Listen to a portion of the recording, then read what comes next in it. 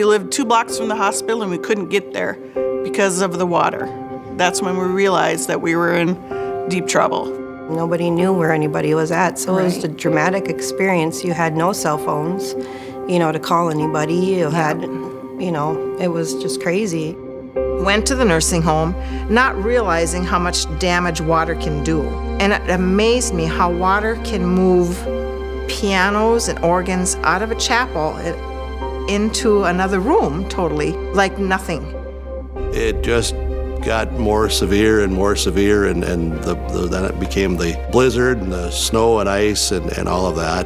Eventually the power would go out throughout the night, and then we came to what we now know as the flood of 1997. Now, Ada Borup music instructor Richard Tuttle is working to commemorate the community's resolve and rebirth after catastrophic devastation from the historic flood of '97 in the documentary film Come Hell and High Water. I realized that the kids I teach have no idea about the flood of '97. They weren't even born, they don't know. And so I wanted to preserve that story. These younger people are going to know now what their parents, what their grandparents, and friends and relatives went through.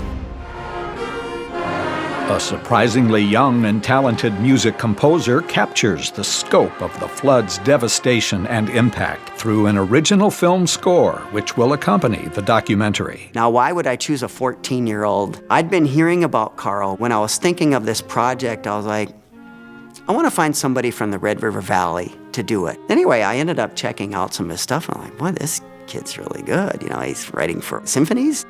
The first part kind of where everyone's kind of happy, it's not really going to be a flood, but then pretty soon they start to realize it really will be a flood. And the second movement's kind of about the flood happening and the ice storm that happened.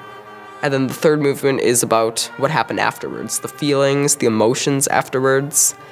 And it shows how good came out of it too, the new hospital and new school was built, and it showed the good things can come out of bad things.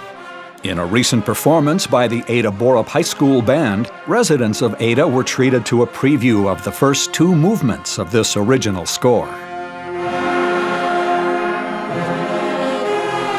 To hear the second movement tonight was just scintillating. It was so cool. The different textures and the interplay of the instruments, just really quite stunning. It just makes me feel like I'm actually there and actually experiencing what it was like, but instead of being there personally, I'm there through music instead.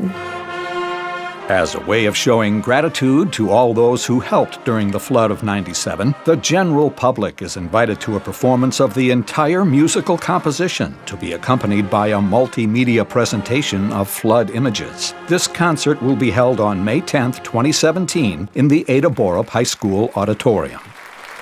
I think it's important that we do history so our children can learn what happened, what we went through. It's more than just water and weather. It's people.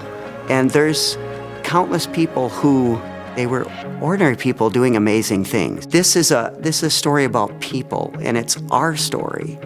And that's why it needs to be preserved. We are accepting contributions, both financial and through lending of musical talents. Please visit our website at tuttlemusic.com to find out how you can ensure that the story of how a courageous community faced and overcame natural disaster will never be forgotten.